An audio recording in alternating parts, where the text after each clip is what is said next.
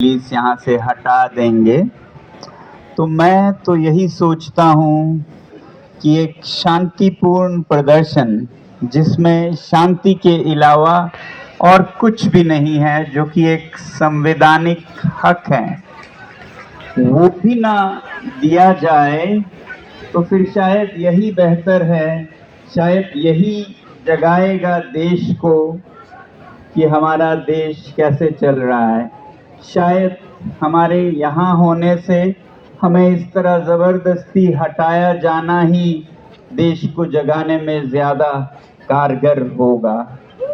मगर मैं उम्मीद करता हूँ कि जो कुछ भी हमारे हक बचे हुए हैं उसका आदर करते हुए हमारी सरकार ऐसा कुछ नहीं करेगी। हम वही कर रहे हैं जो संविधान में हमें अधिकार हैं, उससे ज़्यादा नहीं कर रहे हैं। हम बच्चों की आवाज़ सरकार तक पहुंचा रहे हैं और जो कुछ कमी पेशी रही है उसके लिए जवाबदेही मांग रहे हैं। ये तो होना चाहिए, इसके लिए तो पुरस्कृत करना चाहिए। जैसे हमारे प्रधानमंत्री कहते हैं कि क्रिटिसिज्म तो लोकतंत्र की जान है, तो हम बल्कि क्रिटिसिज्म भी क्या अपील कर रहे हैं कि जवाबदेही लाई जाए। तो मुझे तो इस पे यही शेर याद आता है गालिब का कि जब यहाँ न बैठने दें जो कि प्रदर्शन की जगह है, जहाँ आवाज़ लोग दे सकते हैं। ये निर्देशित जगह है, दुनिया के हर शहर में ऐसी एक जगह होती है और बाकी हर जगह तो फिर और भी ये दफ़ा वो दफ़ा ये आर्टिकल ये रूल्स होंगे जहाँ जाने नहीं देंगे। तो गालिब ने किसी और संदर्भ में कहा था, जब वो मस्जिद में पीने लगे तो मस्जिद में ही पीने दे गालिब, या कोई ऐसी जगह बता जहां खुदा ना हो।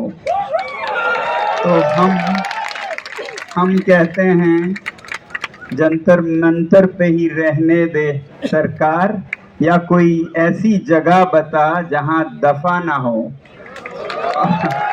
और ऐसी जगह है नहीं, यही निर्देशित जगह है। तो यहाँ न रहें तो कहाँ।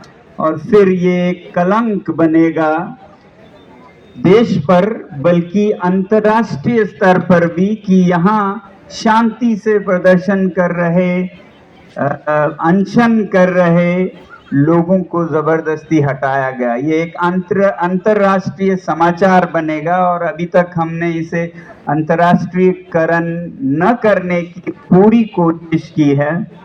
तो दूसरी तरफ राष्ट्रीय स्तर पर यही शायद लोगों को जगाएगी। ये हमारी उम्मीद है और यही हमारा संदेश है।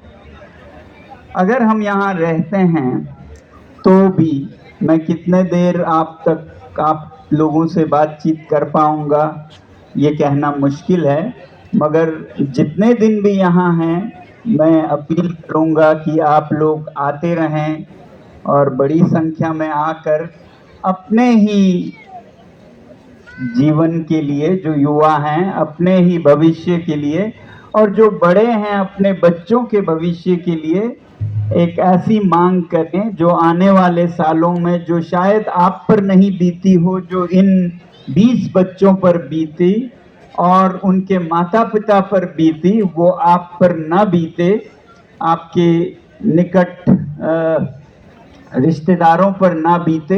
इसके लिए हम ये कर रहे हैं। तो मैं चाहूँगा कि बच्चों की सबसे प्रिय तो माएँ होती हैं, तो माएँ ज़रूर आएँ यहाँ। मुझे अपने माँ की याद आती है, वो कितना मेरा ख्याल रखती थी।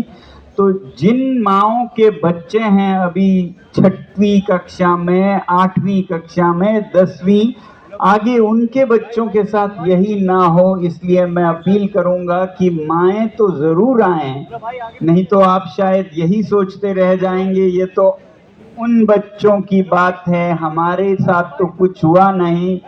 याद रखिएगा, यही चीज़ कुछ सालों में आपके बच्चे के साथ भी हो सकता है, मगर तब तक इतनी कठोरता आ चुकी होगी सरकार में कि कुछ नहीं बिगड़ता है और कोई आवाज भी ना करे अगर ये नाकामयाब हो जाता है, असफल हो जाता है। तो इसी अपील के साथ, क्योंकि मैं ज़्यादा बोलूं तो थक जाता हूं, मैं आप लोगों को फिर धन्यवाद करता हूं जो यहाँ आए हैं, जो आएंगे उन